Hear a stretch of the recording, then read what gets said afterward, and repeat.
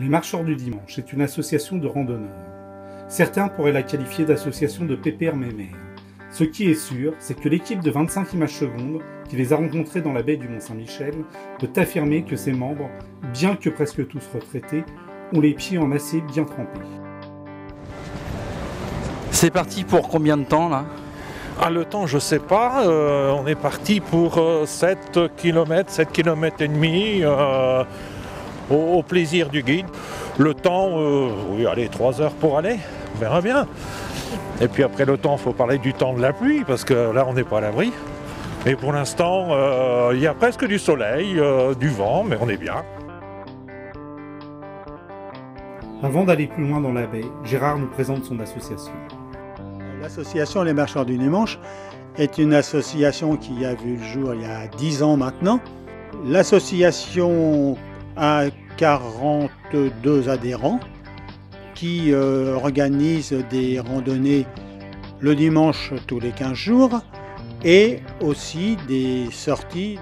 L'année dernière, nous avons fait la traversée de la baie de Somme et cette année, pour faire la comparaison, nous avons fait donc la traversée de la baie du Mont-Saint-Michel. Et entre autres aussi, nous faisons des sorties tous les ans en juin ou en septembre pendant une semaine. Pourrais-tu nous expliquer ce qu'elle a de particulier, cette traversée de la baie du Mont-Saint-Michel ? La baie du Mont-Saint-Michel, c'est une grande randonnée, quoi. C'est une randonnée qui fait quand même 6 heures.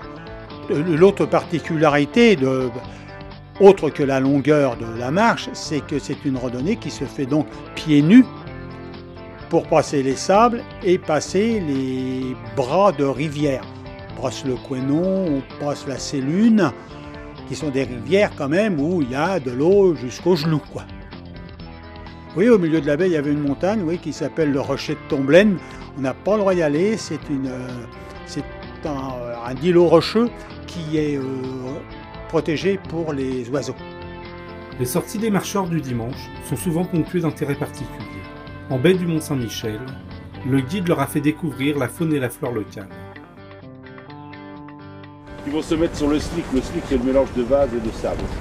Ces deux plantes, la première, une graminée qui fait des rhizomes, la spartine. Et la deuxième, elle est comestible, vous la connaissez là ? Salicorne, voilà. Donc ces deux plantes se mettent sur le slick, leurs racines retiennent les sédiments, elles remontent sur leurs sédiments. Et arrivé à un moment, vous avez des petits butons en avant de ce terre salé. En petit coefficient, la mer ne les recouvre pas. Et d'autres plantes halophiles, mais un peu moins, se mettent avec. La sude, l'opium, la lavande de l'air, l'an dernier la puccinellie. Elles font la même chose, retiennent les sédiments, remontent sur leurs sédiments. Et arrivé à un moment, vous avez cette hauteur de 1 mètre, 1 mètre 50. Alors l'animal des prés salés, le mouton touriste. Bon, le mouton, on veut bien.